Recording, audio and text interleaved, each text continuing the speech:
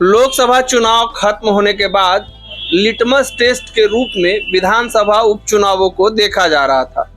2025 में विधानसभा चुनाव होने हैं। उससे पहले कई राज्यों के साथ बिहार में भी 4 सीटों पर विधानसभा के लिए उपचुनाव हुआ। सभी पार्टियों ने दावेदारी की। इस बार कुछ नया ये था कि प्रशांत किशोर ने पार्टी बनाई और पहली बार प्रशांत किशोर की पार्टी जन सुराज चारों उपचुनाव की सीटों पर चुनाव लड़ रही थी। तरह तरह की बातें हो रही थी चुनाव से पहले से लेके मतदान खत्म होने तक। मतदान खत्म होने के बाद बाकी जगहों पर लोग डिबेट कर रहे हैं, अपनी अपनी प्रतिक्रिया एंटिसिपेशन बता रहे हैं। लेकिन जब जहानाबाद के पत्रकारों का आकलन जो है, चूंकि मगध की 2 सीटें थी, इमामगंज और बेला, तो जहानाबाद के जो पत्रकार हैं, जो लोग यूट्यूब चैनल चलाते हैं या जो लोग पेपर से जुड़े हैं, टीवी से जुड़े हैं या वेबसाइट से जुड़े हैं, उन सब की भी अपनी अपनी प्रतिक्रिया है चुनाव को लेकर। तो यहाँ जो हमारे साथ मौजूद हैं, उनमें से इधर आप जो दाएं साइड देख रहे हैं, ये रितेश जी हैं, जहानाबाद के स्टार, इनका जो अपना चैनल है, साथ ही और न्यूज चैनलों के लिए काम करते हैं। हमारे साथ राकेश जी हैं, ये भी वरिष्ठ पत्रकार हैं और जहानाबाद के साथ साथ बिहार की राजनीति पर पैनी नजर रखते हैं। हम दोनों से बात करेंगे। सबसे पहले रितेश जी, आपका आकलन क्या है 4 सीटों पर जो उपचुनाव हुआ है उसको लेकर? यहाँ बेलागंज में तो अभी जो वोटिंग हुई है उसमें प्रतिशत देखा जा रहा है कि ज्यादा है। तो ज्यादा कभी कभी ऐसा होता है कि चुनाव में नुकसान करता है। अगर कैंडिडेट को, मतलब जो जीता हुआ है, उसको अगर हराना है तो लोग ज्यादातर वोटिंग करता है। तो यहाँ हो सकता है सुरेंद्र यादव के जो पुत्र हैं विश्वनाथ कुमार, उनकी हार हो सकती है। इमामगंज के बारे में जैसा कि हमने एनालिसिस किया है, तो मांझी का क्रेज तो चढ़ा, लेकिन चुनाव के दिन थोड़ा उतरते हुए नजर आया है। तो मामला टसल है। आगे का हमने उतना नहीं पता कर पाया, लेकिन जितना ये दोनों के बारे में जानकारी है, तो यहाँ लगता है कि एनडीए मार खाता नजर आ रहा है।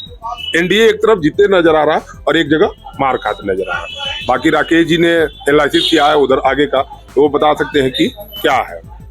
तो बता दें कि 4 सीटें जो थी उसमें बेलागंज सीट पर सुरेंद्र यादव जहानाबाद से एमपी बन गए हैं, इसलिए वो सीट खाली हुई। इमामगंज की जो सीट है वो मांझी जी, जो पूर्व मुख्यमंत्री है सीताराम मांझी, वो भी एमपी बन गए हैं, इसलिए खाली हुई है। सुदामा प्रसाद एमपी बन गए हैं, इसलिए तरारी की सीट खाली हुई है। और रामगढ़ से जो एमएलए थे, अभी वो बक्सर से एमपी बन गए हैं, जगता बाबू के बेटे हैं, तो उनके वजह से वो सीट खाली हुई है। राकेश जी, चारों सीट जो पहले विधायक थे वो अब एमपी बन गए हैं।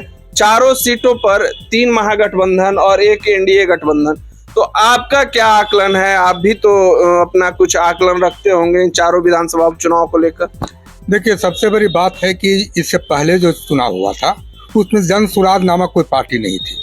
इस चुनाव में एक बड़ा फैक्टर बना है जन सुराज, और जन सुराज के आने से कई समीकरण जो हैं वे पूरी तरह से टूटे हैं।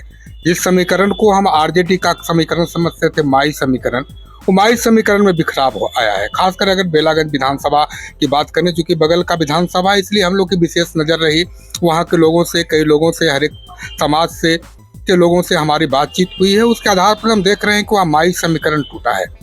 यदि माई समीकरण टूटा है तो इसकी भरपाई महागठबंधन के उम्मीदवार कहाँ से करते हैं? यदि इनके संपर्क में, चूंकि अभय कुशवाहा उसी इलाके के हैं, कुशवाहा वोट अगर सटता है, स्वर्ण मतदाता का झुकाव अगर बढ़ता है, तो हो सकता है भरपाई हो सकती है। लेकिन फिलहाल अगर जो माई समीकरण टूटा है, तो इससे यह समझा जा सकता है कि वहाँ जो है महागठबंधन के जो उम्मीदवार हैं, वर्तमान जो हमारे जहानाबाद के सांसद हैं, उनके पुत्र जो उम्मीदवार हैं, वे चुनाव में पिछड़ते नजर आ रहे हैं। अगर इसी तरह से इमामगंज की बात करें, तो चूंकि परिवारवाद को लेकर बहुत तरह की बातें वहाँ कही जा रही थी। खुद मैंने हम के जो कार्यकर्ता थे उनको कहना था कि हम लोग कब तक झंडा ढोते रहेंगे, अपने बेटा, अपने सांसद, अपने फिर समधी विधायक, उसके बाद खुद मैंने पोतोह विधायिका के लिए। तो इस तरह से कुछ वहाँ भी बिखराव हुआ है और वहाँ भी पासवान समाज का जो वोट है, वह वोट मांझी जी को नहीं मिला है।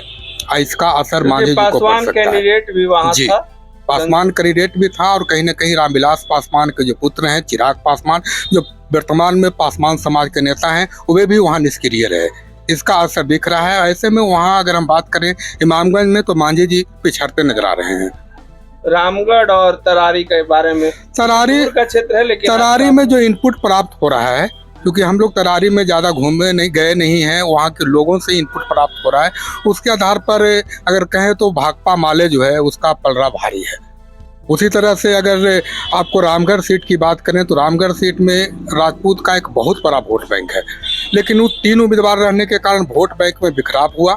बसपा ने एक यादव उम्मीदवार को टिकट दिया था और वो प्रभावी व्यक्ति हैं, इसके कारण यह माना जा रहा है कि बसपा वहाँ चुनाव जीतते नजर आ रही है। हालांकि यह अभी अनुमान है, इस अनुमान में हो सकता है 2% सत्यता हो सकती है या पूरी तरह से असत्य हो सकता है, लेकिन अनुमान जो हम लोग जो आकलन किए हैं इसके आधार पर यही अनुमान है।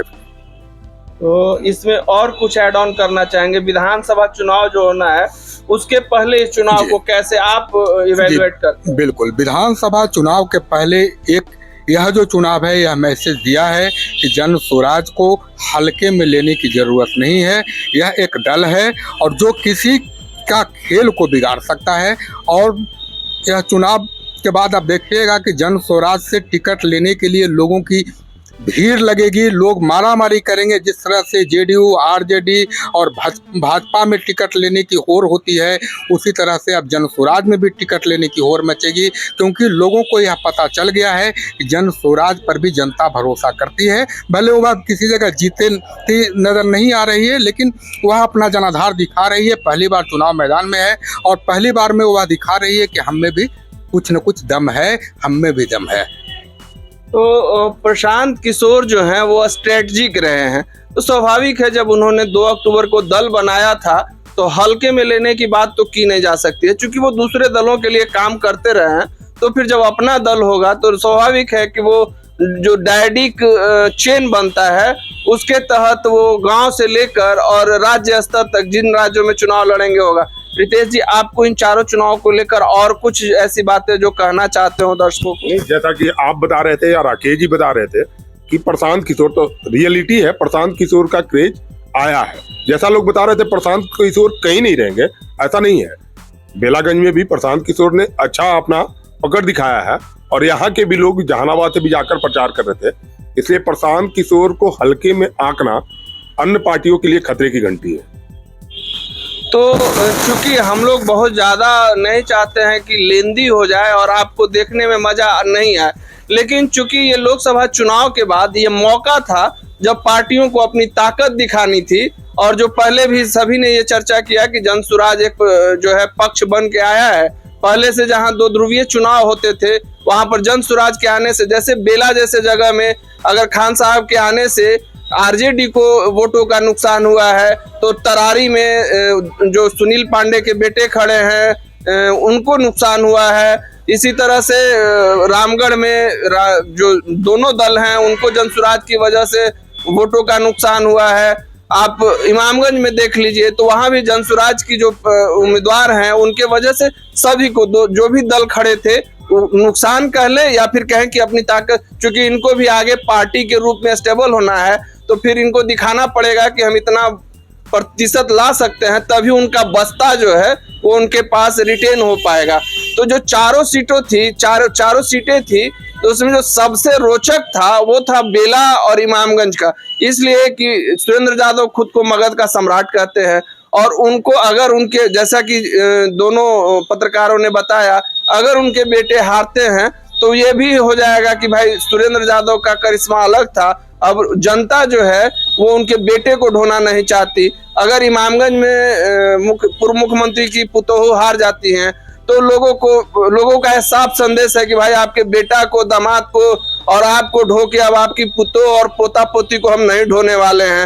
रामगढ़ में अगर जगदानंद जी के बेटे हारते हैं तो यही संदेश होगा कि भाई आप रहे, आपके चाचा रहे, आपका पूरा खानदान यहाँ विधायक और मंत्री बनता रहा, अब जब बेटे सांसद बने, एमएलसी चुनाव एक बेटे लड़े तो अब आपका ये बेटा भी हम नहीं ढोएंगे। तो अगर ऐसा होता है तो ये संदेश होगा। हालांकि साफ है कि तरारी में माले का जो चुनाव है वो उसके लिए इसलिए आसान हुआ कि वहां पर जन स्वराज और भाजपा की जो कैंडिडेट थे उनका जो वोट आधार था वो लगभग एक था। जो बेला का चुनाव था वहां पर सुरेंद्र यादव और जो स्वर्गीय बिंदी यादव की वाइफ है मनोरमा देवी, उनका जो आधार वोट था वो एक था। भले ही एनडीए की वजह से इनको दूसरे वोटों का फायदा मिले और एनडीए में होने की वजह से ये अपने आधार वोट में से कुछ वोट काट पाए, तो फिर जनसुराज के खान साहब का वोट जो है वो मुसलमानों का वोट जो कटा होगा। तो कुल मिला जुला करके राकेश जी का इवैल्यूएशन गलत नहीं है कि वहां पर सुरेंद्र यादव को नुकसान हो सकता है और विश्वनाथ प्रसाद चुनाव हार सकते हैं। इमामगंज में भी यही था, दो मांझी उम्मीदवारों के बीच में पासवान उम्मीदवार जो थे उन्होंने दलित वोट बैंक पर तो अपना पकड़ बनाया ही, बाकी जो दूसरे दल के थे उनको उसका फायदा मिला। तो चारों जगहों पर मिली जुली प्रतिक्रिया आ रही है, जो वहां के लोगों से बात हो रही है, और इतना तय है कि नतीजे कोई चौंकाने वाले नहीं होंगे। पहले से ही एंटिसिपेशन था कि इन सीटों पर ऐसा ही होगा। हमारी बातचीत आपको कैसी लगी कमेंट सेक्शन में बताइएगा, और बैकग्राउंड और स्टूडियो पर मत जाइएगा। हम लोग एक जगह ऐसे ही बैठ करके अपने में चर्चा करके और ये वीडियो आपके लिए उपलब्ध करा रहे हैं। नमस्कार। बेहतर शिक्षा सही मंजिल Ramakrishna Paramhansa Vidyalaya affiliated to CBSE new Delhi 10+2 तक मान्यता प्राप्त। बच्चों के स्वर्णिम भविष्य के लिए डायरेक्टर चंद्रभूषण शर्मा उर्फ भोला बाबू के निर्देशन में बच्चों की जिंदगी को सही राह दिखाता रामकृष्ण परमहंस विद्यालय, यानी बच्चों का ब्राइट फ्यूचर।